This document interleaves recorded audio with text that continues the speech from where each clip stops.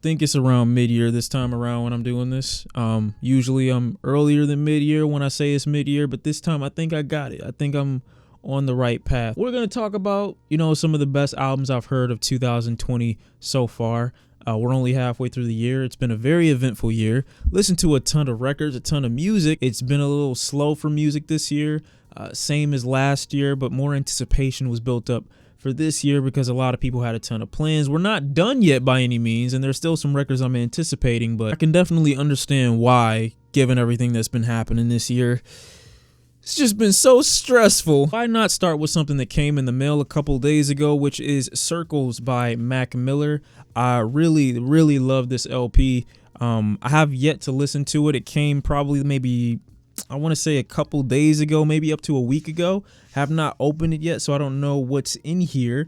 We have a vinyl, obviously, and it's clear. You can never go wrong with a clear record. Look at that. It looks beautiful. I'm not going to take it out right now because it takes forever and a day to get it back into its little casing. So I'm just going to slide that back in, but it looks beautiful. It probably sounds beautiful on record as well. This album is such a fantastic listen, partially because, yes, he is deceased now. If there's someone that I could die and then, heaven be like a confirmed thing, and I look at this person in heaven and I'd be like, you know what? You don't seem upset that you died at all. And that's kind of what this record feels like to me. It doesn't blame anyone. It's not trying to throw off the responsibility to anyone else. Unfortunately, he wasn't able to get the help that he needed. But, not being upset with the world, despite that same world somewhat failing you, it's just such a kind of wholesome place to be in. Everything was mixed beautifully. The instruments on this were great.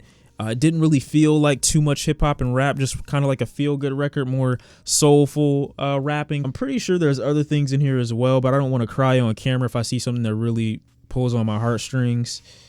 See, this is what I didn't want to see. This is where I'm not doing it. Not today. I got a vinyl video coming for y'all soon, so y'all probably see me unbox this, quote unquote, then. Another vinyl that I had gotten probably a few months ago is this Denzel Curry and Kenny Beats record, Unlocked. This was a very good record. I enjoyed this more than Zoo, actually. It's really cohesive. The sound is really cool. It's kind of like old style boom bap hip hop meets futuristic production in a way. Definitely some Organized Confusion vibes going on the cover art, and I could easily see this being something that maybe like an LP would be a part of. The production is just so wonky and so retro, while at the same time kind of maintaining that classic old school feel.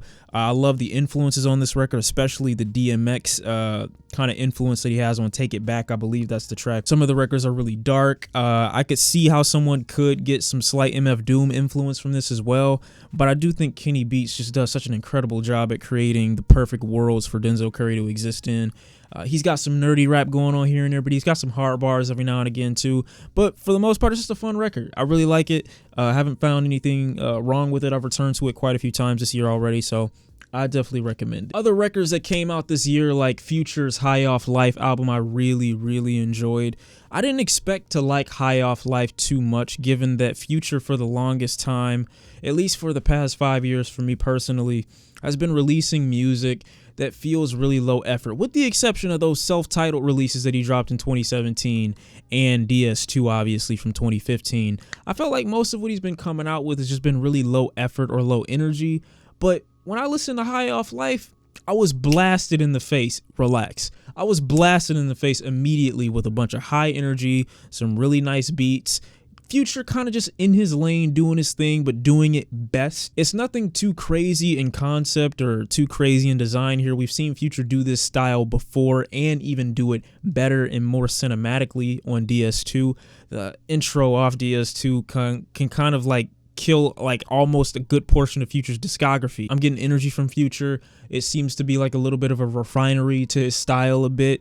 He's riding the beats really nice. The beats themselves are pretty cool. Not really too crazy about the features, but Future himself as the star performer, Future himself, I think he plays center stage really well on this record. I really love G Herbo's PTSD album that came out earlier this year. It was such a mature, more honest, I guess, take on G Herbo's life, his past, his background. I don't really think it was trying to be aggressive or abrasive. It was really honest, and it felt really wholesome, like a little bit of a therapy session for G Herbo.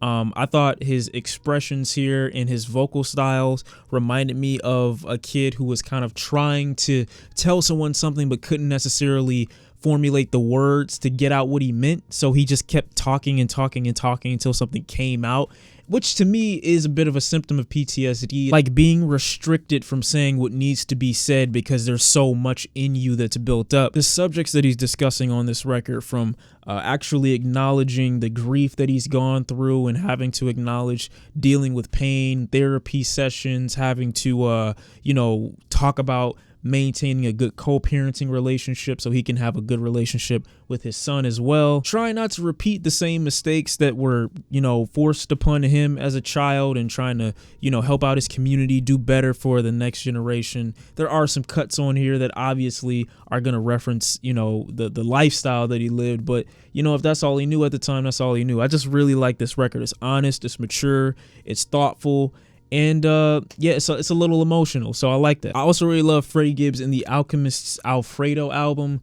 If there's one album that I've listened to that's made me feel like a Don, like made me feel like I'm eating in a very expensive, extravagant restaurant with, a bunch of steak dinners, everybody's pouring their steak sauce all over it, and we all toasting with our wine and our drinks, like that's what this album feels like. It feels like class, it feels like maturity, it feels like attaining a version of yourself that you can only get to after you've been a go-getter for so long, after you've been hustling for so long. And the hustling, like I said, don't always have to be drugs. It can be anything that you're doing, just getting to a certain level in life where it's like, I've arrived. Freddie Gibbs has such a mastery over the way he comes across. Like, his flows are really, really tight all over this album. The instrumentals, I think, are fantastic, which don't always sound like or remind me of Alchemist beats. The samples, I think, are beautifully placed. The way they kind of make the record a little bit tighter and a bit more cohesive and make you kind of want to listen to the next song, because who wants to cut off